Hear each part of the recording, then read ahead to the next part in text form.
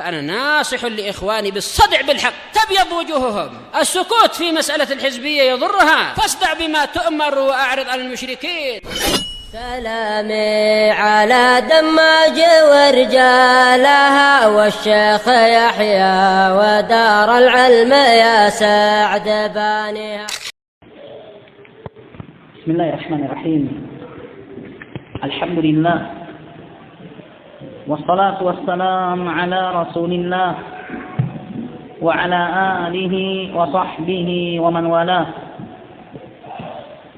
Insyaallah tabaraka wa taala kita akan lanjutkan bacaan kita dari kitab At-Tibyan fi Adabi Hamalatil Quran, di mana barakallahu fikum kita telah sampai pada bab yang ke-8 fil ayati was suwaril mustahabbah, tentang ayat-ayat dan surat-surat yang dianjurkan dibaca di waktu-waktu tertentu. Faman ahabba an yaqra' falyatafaddal.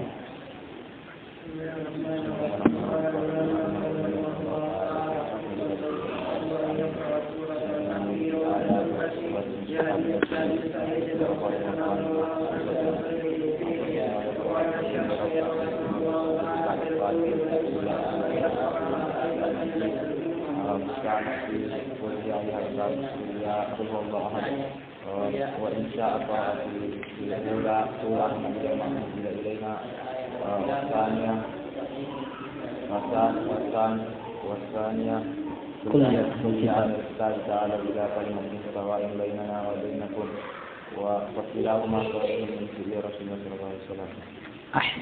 أحسنتم بارك الله فيكم وحفظكم الله جل وعلا حفظا لعباده الصالحين. قال الإمام النووي رحمه الله: فصل: ويستحب الإكثار من تلاوة آية الكرسي في جميع المواطن. Dan dianjurkan banyak-banyak membaca ayat kursi pada semua kondisi. Wa ay yaqra'aha kulla lailatin idza awa ila firashihi, dan membaca ayat kursi pada setiap malam apabila dia beranjak ke pembaringannya. Wa ay yaqra'al mu'awwidhatain aqiba kulli salatin, dan juga dianjurkan membaca al-mu'awwidhatain pada setiap kali selesai salat. Faqad sahha an Uqbah bin Amir radhiyallahu anhu qala, sungguh telah sahih dari Uqbah bin Amir radhiyallahu anhu, beliau berkata, amarani Rasulullah sallallahu alaihi wasallam an aqra al-mu'awwidhatain dubura kulli salatin. Rasulullah sallallahu alaihi wasallam memerintahkan aku untuk membaca al-mu'awwidhatain di akhir setiap salat. Dan kalimat kulla salatin ini umum, berlaku pada salat wajib dan juga salat sunnah. Rawahu Abu Dawud wa Tirmidzi wa An-Nasa'i. Diriwayatkan oleh Abu Dawud, At-Tirmidzi dan An-Nasa'i. Qala At-Tirmidzi haditsun hasanun sahih. Faslun: yustahabbu an yaqra' 'inda an-naumi ayat al-kursi. Dianjurkan untuk membaca ayat kursi begitu akan tidur. Wa qul huwallahu ahad wal mu'awwidhatain, dan juga membaca 3 surat terakhir. Wa akhir suratil Baqarah, demikian juga membaca akhir dari surat Al-Baqarah. Fahada mimma yuhtammu bihi wa yata'akkad al-i'tina'u bihi, dan ini antara hal yang penting dan ditekankan untuk senantiasa memelihara pelaksanaannya. Faqad sabata fihi ahaditsu sahihah, karena sungguh telah sabit tentang hal ini hadis-hadis yang sahih. Nah, membaca ayat kursi sebelum tidur berdasarkan hadis Abi Hurairah tentang Abu Hurairah diganggu setan. Maka setan ajari Abu Hurairah supaya tidak diganggu lagi setan. Idza awaita ila firashik faqra ayat al-kursi. Apabila kamu ingin beranjak ke pembaringanmu, baca ayat kursi. min awwalihi ila akhirih, dari awal ayat kursi sampai habis. Fa innaka idza fa'alta dzalik, karena kalau kamu lakukan itu, fala yazalu ma'aka minallahi hafiz, Allah akan senantiasa menjagamu. Wala yaqrab minka syaitan, setan tidak akan mendekati dirimu hatta tusbih, sampai pagi. Pagi harinya Abu Hurairah cerita kisahnya bahwa sudah 3 hari ada orang ganggu dia. Selalu saya ganggu kerjanya Abu Hurairah yang saat itu suruh jaga harta zakat. Maka Nabi alaihi salatu wasallam mengatakan, ala ukhbiruka mundu salatin, maukah kamu saya ceritakan tentang 3 hari belakangan ini? Kata Abu Hurairah, tentu. Qala dzaka syaitan, itu setan. Yang datang ganggu kau itu setan. Sadaqaka wa huwa kadzub, dia berkata jujur bahwa baca ayat kursi suka kayak diganggu setan. Tapi dia itu pendusta. Sadaqaka wa huwa kadzub, dia sekarang benar, tapi pada asalnya setan itu adalah pendusta. Syahid, Nabi membenarkan bahwa di antara hal yang bisa melindungi seseorang dari gangguan setan adalah membaca ayat kursi. Nah, fi sahihain an Abi Mas'ud Al-Badri radhiyallahu anhu, anna Rasulullah sallallahu alaihi wasallam qala al-ayatani min akhir suratil Baqarah, 2 ayat dari akhir surat Al-Baqarah, man qara'ahuma fi lailatin kafata, siapa yang membaca kedua ayat tersebut di suatu malam maka akan cukup baginya. Para ulama berselisih makna kafatahu, dicukupkan dari apa? Sebagian mengatakan akan datang. Qala jama'atu minal ulama, sekelompok dari kalangan ulama berkata kafatahu min qiyamil lail, cukup baginya untuk melaksanakan salat malam. Kalau dia baca 2 ayat tadi sudah tidak perlu salat malam. Wa qala akharun, dan sebagian lainnya mengatakan kafatahul makruha fi lailatihi, cukuplah baginya dari hal-hal yang dibenci di malam itu. Dan ini yang lebih dekat. Adapun cukup bagi yang tidak salat malam, maka tentu tidak dianjurkan. Salat malam adalah di antara hal yang ditekankan. Walaupun barakallahu fikum hanya dengan beberapa rakaat, sebagaimana yang dianjurkan oleh Nabi sallallahu alaihi wasallam. Wa an Aisyah radhiyallahu anha, dari Aisyah radhiyallahu anha, anna Nabi sallallahu alaihi wasallam kana kulla lailatin yaqra qul huwallahu ahad wal muawwidhatain, bahwasanya Nabi sallallahu alaihi wasallam dahulu setiap malam membaca 3 surat terakhir. Wa qad qaddamnahu fi faslin nafati bil Quran, dan telah kami dahulukan penyebutannya pada fasal memercikkan air liur dengan membaca Al-Quran, yaitu dikumpulkan kedua telapak tangan, baca 3 surat terakhir, lalu ditiupkan dengan sedikit air liur, lalu usapkan kepada seluruh tubuh. Warawa Ibnu Abi Dawud bi isnadihi an Ali radhiyallahu anhu, Ibnu Abi Dawud dengan sanadnya meriwayatkan dari Ali radhiyallahu anhu, qala ma kuntu ura ahadan ya'qilu dakhala fil Islam yanamu hatta yaqra ayatul kursi. Aku tidak pernah berpendapat seseorang yang masuk Islam itu dikatakan berakal. Aku tidak pernah berpendapat seseorang yang sudah masuk Islam dianggap berakal, dia tidur hingga dia membaca ayat Al-Kursi. Itu kalau dia sudah sebelum tidurnya membaca ayat kursi, maka dia dikatakan orang yang berakal. Nah, wa an Ali aidan qala ma kuntu ura ahadan ya'qilu yanamu qabla an yaqra al-ayat ats-tsalas al-awakhir min suratil Baqarah.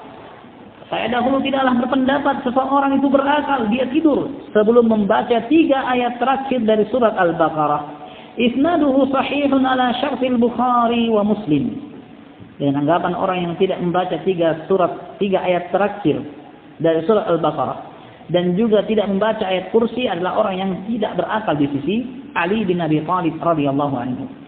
Dengan artian orang yang tahu keutamaan, keampuhan dari ayat-ayat tersebut apabila dibaca sebelum tidur, tidak sepantasnya bagi orang berakal meninggalkannya.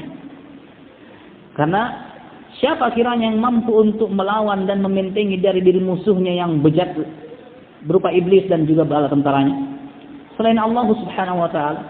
Tidak ada kecuali Allah.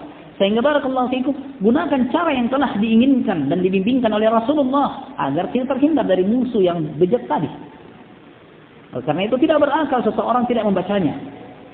Dalam kondisi dia paham musuhnya senantiasa mengawasi dan mengintai dirinya. Kapan lengah, musuhnya pasti datang ganggu. Nah, wa li 'Uqbah bin 'Amir radhiyallahu anhu qala li Rasulullah sallallahu alaihi wasallam, la yamurru bika lailatun illa qara'ta fiha qul huwallahu ahad wal mu'awwidhatain. Jangan sampai engkau melewatkan satu malam kecuali kamu membaca pada malam tersebut 3 surat terakhir. Fama atat alayya lailatun illa wa ana aqra'uhunna, karena tidaklah aku melewati satu malam kecuali saya pasti membaca 3 surat tersebut. Wa an Ibrahim an-Nakha'i qala kanu yastahibbuna an yaqra'u haula'i suwar fi kulli lailatin 3 marrat. Dahulu mereka menganjurkan untuk membaca 3 surat ini sebanyak 3 kali setiap malam. Qul huwallahu ahad wal mu'awwidhatain. Isnaduhu sahihun ala syarti Muslim. Sanadnya sahih berdasarkan syarat Muslim. Wa an Ibrahim aydan, dan dahulu kanu yustahabbun, ini ucapan Ibrahim an-Nakha'i. Maka yang dimaksud barakallahu fikum yaitu para sahabat. Dikarenakan Ibrahim an-Nakha'i di antara tabi'i yang banyak menjumpai para sahabat. Wa an Ibrahim aydan kanu yu'allimunahum idza awaw ila furushihim ay yaqra'ul mu'awwidhatain. Dahulu mereka, yaitu para sahabat, mengajari mereka, yaitu para tabi'in, apabila mereka akan beranjak ke pembaringan mereka untuk membaca al-mu'awwidhatain, 2 surat terakhir dari Al-Quran. Wa an Aisyah radhiyallahu anha qalat kana an-nabiy sallallahu alaihi wasallam la yanamu hatta yaqra' surat az-zumar wa bani Israil. Dahulu Nabi sallallahu alaihi wasallam tidak tidur hingga beliau membaca surat Az-Zumar dan surat Bani Israil, yaitu surat Al-Isra. Rawahu Tirmidzi wa qala hasan, dan beliau mengatakan ini adalah hadis yang hasan. Nah, yunzar sanaduhu, perlu untuk ditinjau kembali sanadnya. Wa illa barakallahu fikum, nampaknya seseorang tidak akan selesai membaca surat Zumarnya kecuali sudah tidur. Sahih.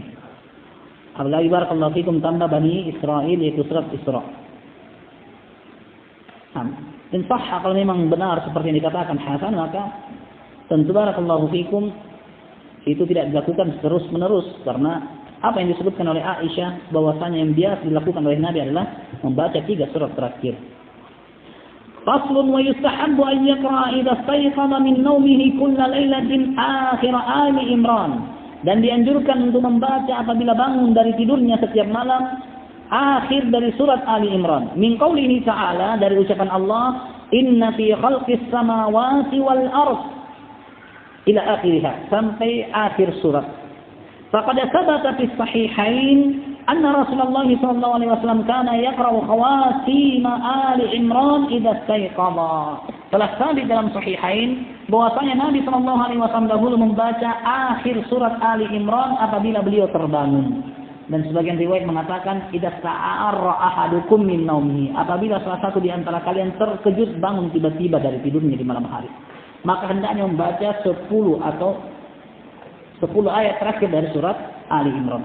Nah, dari inna fi khalqis samawati wal ardi wa ikhtilafil laili wan nahar la ayatin li ulil